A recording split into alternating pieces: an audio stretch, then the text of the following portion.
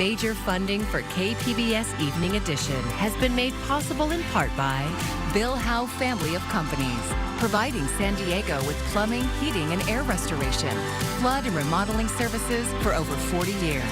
Call 1-800-BILL-HOWE or visit billhowe.com. And by the Conrad Prebys Foundation, Darlene Marcos Shiley, and by the following.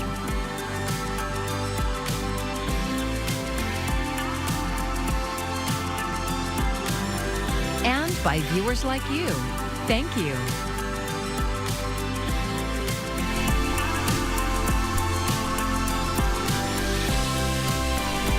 Chula Vista is preparing to reopen Harborside Park next week after a 2-year closure. Thanks for joining us. I'm Maya Trabulsi. The park had been at the center of citywide debates over housing, homelessness, and environmental justice. KPBS South Bay reporter Corey Suzuki brings us an update on where things stand now.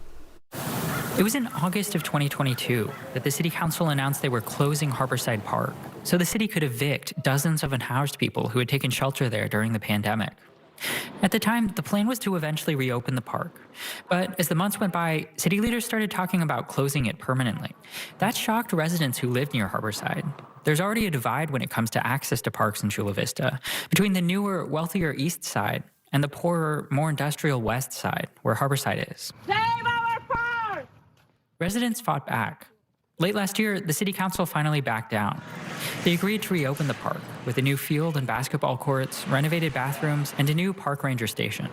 This morning, city workers were bustling around the field, putting together some final touches like the planned mini soccer field. I feel really happy about that because I think about the kids mostly. Chula Vista resident Genesis Sains is excited. She's lived close to the park for 37 years now and says it means a lot to everyone, especially the neighborhood's families. I mean, nobody wants to be stuck in their apartment complex, and none of us really have like a playground. So, you know, I feel happier for the kids that can come out and play now, and if they have like soccer teams or whatever, they can go out and enjoy themselves. Sains still has some questions about how the park will fit into the city's overall approach to homelessness. But ultimately, she thinks reopening it was the right call for the neighborhood. City leaders plan to reopen Harborside on Monday. In Chula Vista, Corey Suzuki, KPBS News. Just a little bit of moisture out there for us, but as we head into the weekend, there's a whole stormy pattern here working into the west. You'll note, though, it's all north of us. So I'll be talking about our forecast coming up. The Franklin fire in Malibu is still threatening more than 7,000 homes and businesses. It has grown to around 4,000 acres and is 20% contained. The good news, some evacuees will be allowed to return home. Amy Kiley has the latest. Up in the Malibu Canyon area, it's extremely steep and inaccessible terrain. About 20,000 people are under evacuation orders or warnings as the rapidly growing Franklin fire rages in Malibu, California. Today, it's expected to push smoke as far east as downtown L.A. We're looking at the wind change with a possible change in direction that the fire has been going. The rich and famous are among the evacuees. 99-year-old actor Dick Van Dyke says one of his cats was missing when he and his wife fled. Mark Hamill of Star Wars fame says he's under lockdown orders. The fire also is closing in on homes of people with fewer resources to start over. The Malibu RV park being threatened, so there was an active fire really close, so we moved resources to fight that fire and make sure we had protection on those structures. At its peak, officials say the Franklin fire burned areas larger than 5 football fields per minute. In addition to homes, it's threatening businesses and other structures. Malibu schools are closed today, and Pepperdine University says the fire got close. Despite the danger, some in evacuation zones plan on staying to try to protect their homes from the blaze. If it gets past there, then we're kind of scrambling. Basically, we're getting ready to fight the fire. I'm Amy Kiley reporting. Right now, the Sweetwater Authority Governing Board is giving an update on recent testing for PFAS in their water supply. In October, the Water Authority says it detected PFAS, also known as forever chemicals, in water treated from the Sweetwater Reservoir. The Water Authority says the amount of chemicals were below the level required for treatment, but does require customers to be notified. Our media partner KGTV spoke to a spokesperson who says the water is safe to drink and meets all current state and federal guidelines. This is a complicated topic, and it's an issue that water providers across the globe are facing. It's abundant in our society, very prevalent. It's found in everyday items, nonstick cookware, waterproof clothing, food packaging, etc. This is one test, and many more tests need to happen to get an accurate reading and understanding of what the level truly is. The workshop is open to the public and is being held at the Sweetwater Authority's administrative office in Chula Vista. It is set to end at 7 p.m. For years, a program in Poway has connected students and families in need to help who want to help fulfill their holiday wish lists. KPBS reporter Katie Anastas says this year, organizers are seeing more requests for household basics and even groceries.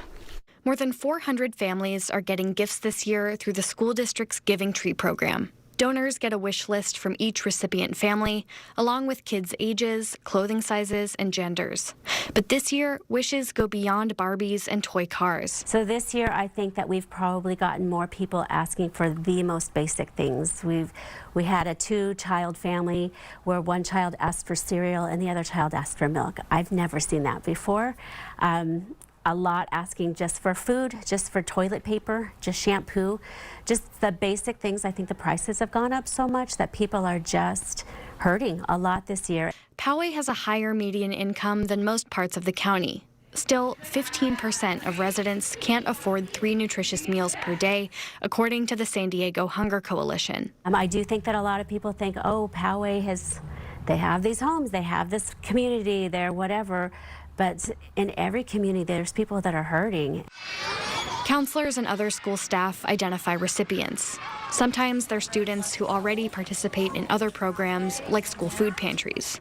Others might have a parent who's become ill. Organizers say many of the donors have been participating for decades. I think it's that they really feel that they're a part of it. They're getting to choose things. They're getting to learn a little bit about the family. I mean, sometimes favorite colors on there, different things. So it makes them feel that they're part of it rather than just asking them to write a check. Christina Rodacker teaches at Bernardo Heights Middle School. Her family received gifts through a similar program years ago, and she wanted to pay it forward for another child. I go into Ulta and I said, hey, I want a perfume that girls are buying right now. And they said, oh, girls really like this Ariana Grande perfume. And then I found they had like a kit that had like many different types of it. So I was like, okay, this is perfect. This is exactly what a teenage girl's gonna want. Wetzger can also speak from experience. Her family couldn't afford a Christmas tree or gifts when she was growing up. The only Christmas we would get is when the knock came out the door and somebody would ding-dong ditch and leave a present, one present for each of us kids and some food for Christmas. And to me, it was just so special. I felt loved. I felt that somebody knew our situation. We weren't all alone. Wetzger hopes these gifts will make hundreds of Poway families feel loved too. Katie Anastas, KPBS News. Most seniors stop driving or limit where they drive by their 80s, and that is according to research published in Springer Nature. KPBS health reporter Heidi DeMarco says a local rideshare program helps seniors get to their medical appointments, but they are struggling to recruit volunteer drivers. Harvey, I'm back. I'm Marion Euro. I'm 88 years old. I'm married to Dr. Harvey Euro, who's 92. And we've been living in San Diego for almost 23 years. She is a retired teacher, and he was a research chemist for the Department of Defense. As they age, they're facing new challenges. Well, he's had a heart attack, so he has to see his cardiologist. I've had, surgery on my eyes. As we're getting older, we're needing more and more doctor's appointments, unfortunately. She says it's too difficult for them to drive long distances and navigate parking structures. As many as 1 in 4 seniors skip medical care. That's according to a 2024 survey by Alignment Health. The reason most people gave is transportation access. Because Harvey was getting limited in his driving, and I don't drive anymore, we didn't know what to do. There is Lyft and Uber, but that gets pretty expensive.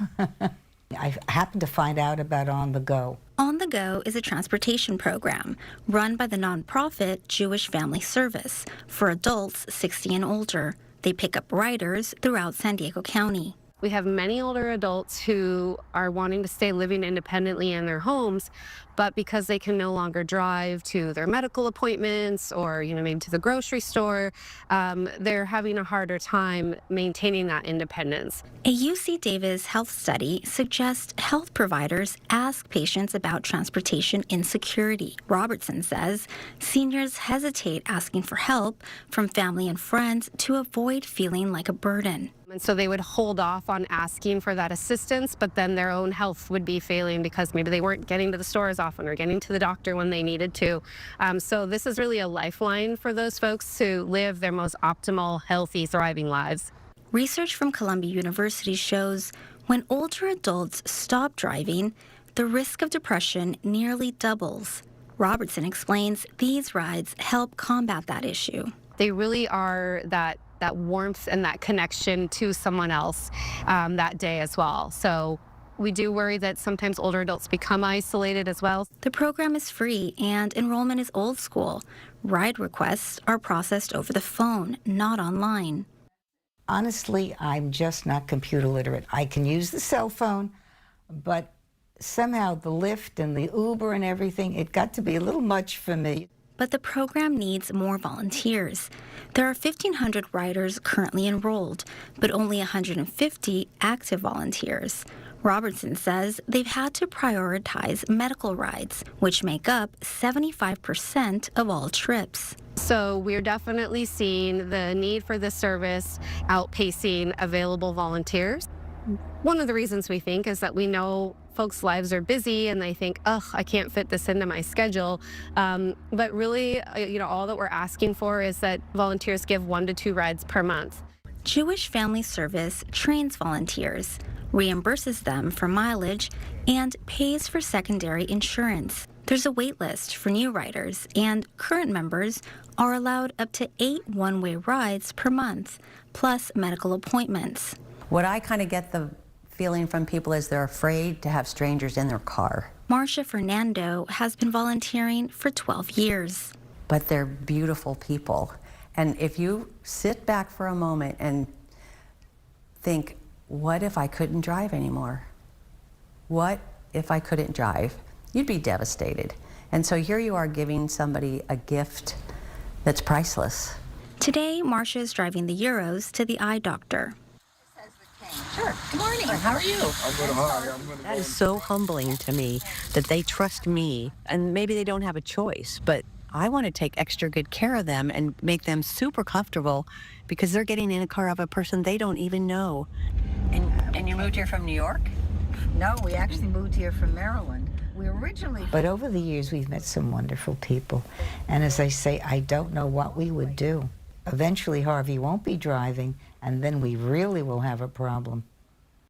Thanks, Marcia. Take care. Have a wonderful holiday season. Okay. Marion says that these rides aren't just about getting from one place to another. They're a chance to remain connected to the community, maintain independence, and avoid isolation. Heidi DeMarco, KPBS News. Great story there by Heidi DeMarco. And to learn more about how to enroll in the On the Go, call the number on your screen. That is 858-637-3210. The U.S. Senate passed a bill today to restore tribal lands in San Diego County. The bill would put 172 acres owned by the Hamul Indian Village into trust. Putting land into trust makes the tribe eligible for certain federal programs and services, including some tax credits and land use exemptions. Those benefits can help tribes develop housing, businesses, medical centers, and other services on the land. The Senate bill prohibits using the land for casinos or other gaming. So by establishing this land in federal trust, the United States government is now fulfilling our obligation to the Hamul people and returning their tribal members back to their permanent and proper homeland. The legislation is endorsed by Mayor Todd Gloria and the San Diego Regional Chamber of Commerce. It now moves to the House, where Republican Representative Darrell Issa is leading a companion bill. I'm Jeff Bennett. Tonight on the NewsHour, President Biden commutes the sentences of more people in a single day than any other president. That's at 7 after Evening Edition on KPBS.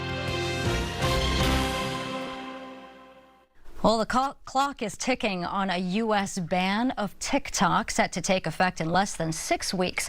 As TikTok moves on its legal options, users and tech companies are wondering what the social media landscape would look like without it. Karen Kafa has more from Washington. New data from the Pew Research Center Thursday gives us a sense of how teens view the social media landscape, and TikTok ranks pretty high for them. But the data also shows us how much teens' preferences have changed in recent years, and when new apps come along, users adapt. TikTok continues to fight a law signed by President Joe Biden in April that requires it to divest from Chinese-based parent company ByteDance by January 19, 2025, or be banned in the U.S.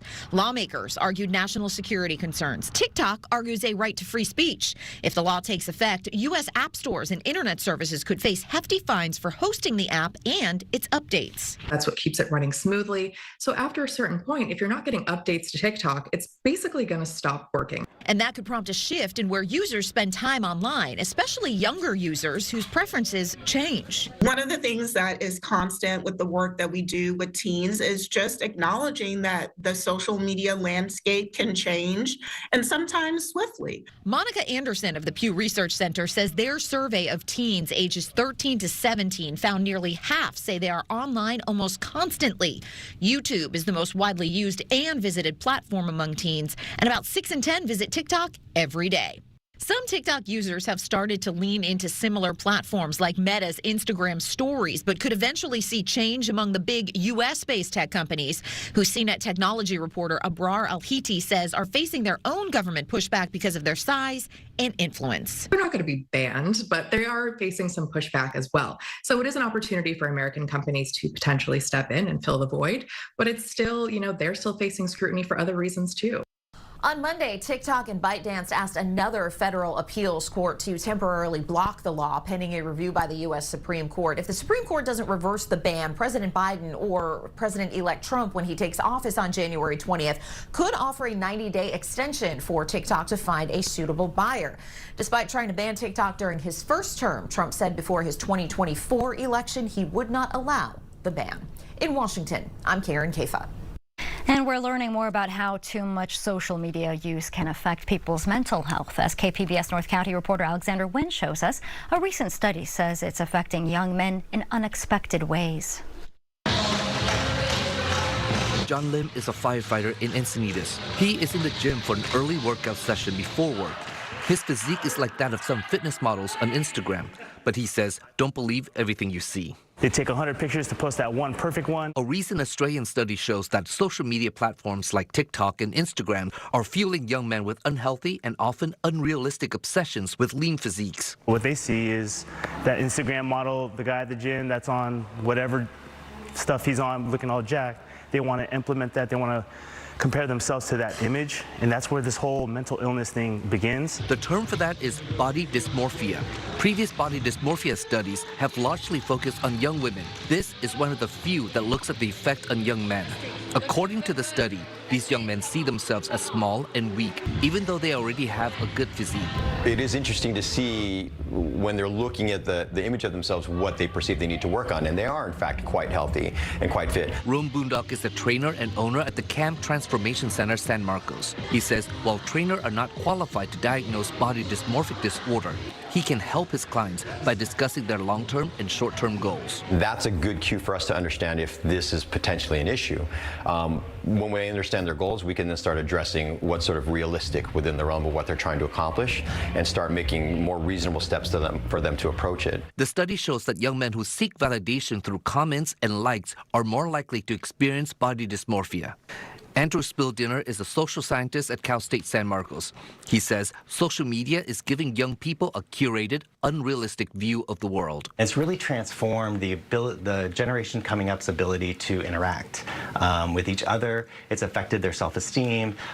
There's a greater need for external validation. The study's authors say a way to combat body dysmorphia is to unplug from social media and to invest more in mental health initiatives for men. Mental health and mental wellness should be just as important as your physical. Alexander Nguyen, KPBS News. It's becoming more common, and not just in the U.S. A new study shows the number of young adults being diagnosed with colon cancer is rising globally. Mandy Gaither takes a look at the research and has 4 signs to watch out for. In the U.S., health officials have been tracking a rise in early onset colon cancer cases. But a new study from the American Cancer Society shows it's not just young Americans who are being increasingly diagnosed with this disease. Out of the 50 countries, about 27 of them actually we're seeing the same trend of increase in early onset colorectal cancer. Researchers mainly looked at highly developed economic countries for the study, and while the rise was noted in more than half the countries researched, it's still unclear what's behind the increase. There seems to be a correlation with increased wealth, and we think that's likely related to exposure to poor dietary habits or sedentary lifestyle. But there's not a one-to-one correlation. Another study by the National Cancer Institute shows 4 signs common in people who go on to develop colon cancer: diarrhea, rectal bleeding, abdominal pain, and iron deficiency anemia. The agency says just having one of these signs is linked to nearly twice the likelihood of being diagnosed with early onset colorectal cancer. We do know there's more genetic risk in younger patients. We do know a correlation between obesity, metabolic changes, and colorectal cancer. But for an individual patient, we're not actually sure what often triggers this. For Health Minute, I'm Mandy Gaither. This weekend, you can help dogs find their forever homes just in time for the holidays. The Animal Pad is hosting its 4th Tinsel and Tails holiday extravaganza at Liberty Station, and that's tomorrow. It's their biggest fundraising event of the year. This year, they've set a goal of $100,000. Our media partner KGTV spoke to one of the organizers about the difference this event makes in some pets' lives. What's great about our rescue is that we truly do help the underdog. The dogs that honestly, not a lot of rescues have the means or just don't want to bother with it. So we specialize in saving dogs that have really bad medical cases that other rescues just don't have the means to support. So our vet bills are pretty high. Some other event highlights include drinks, a live DJ, arts and crafts, and even a holiday market. The event is free to enter and starts at 5 p.m. tomorrow at Brick in Liberty Station.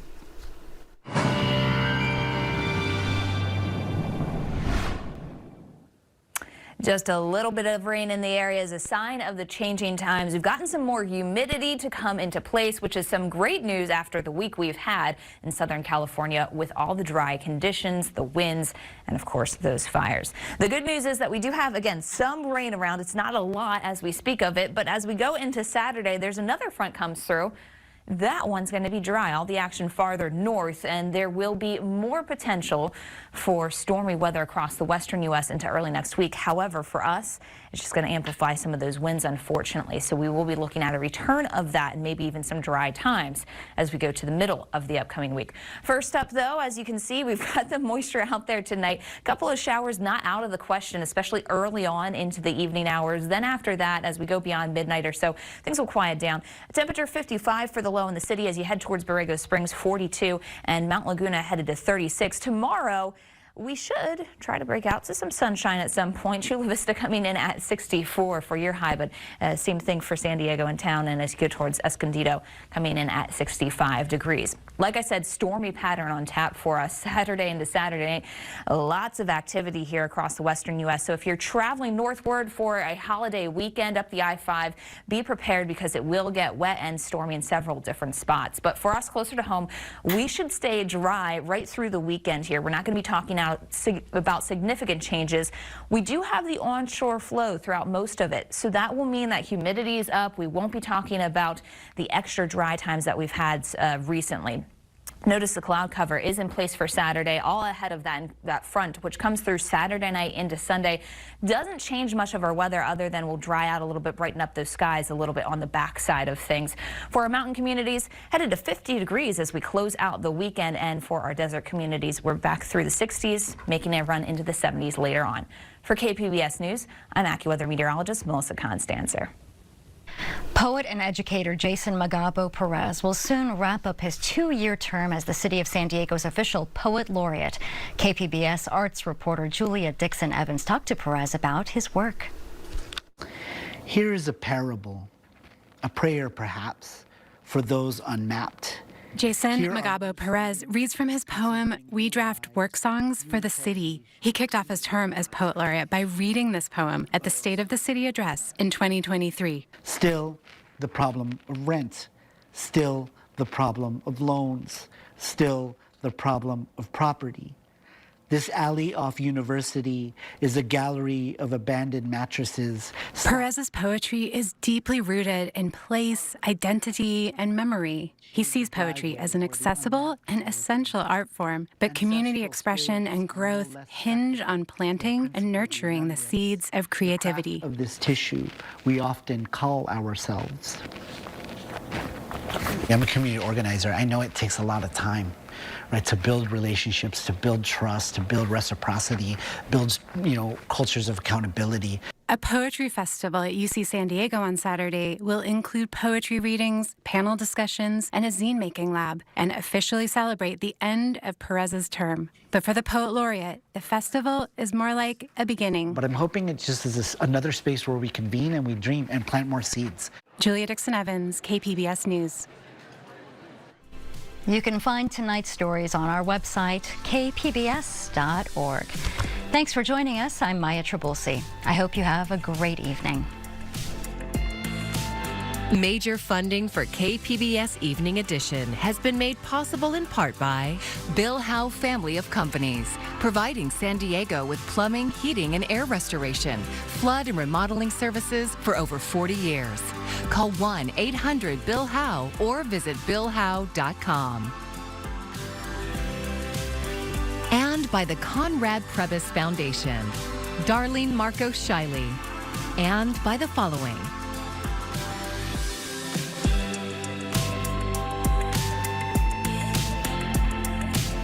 And by viewers like you. Thank you.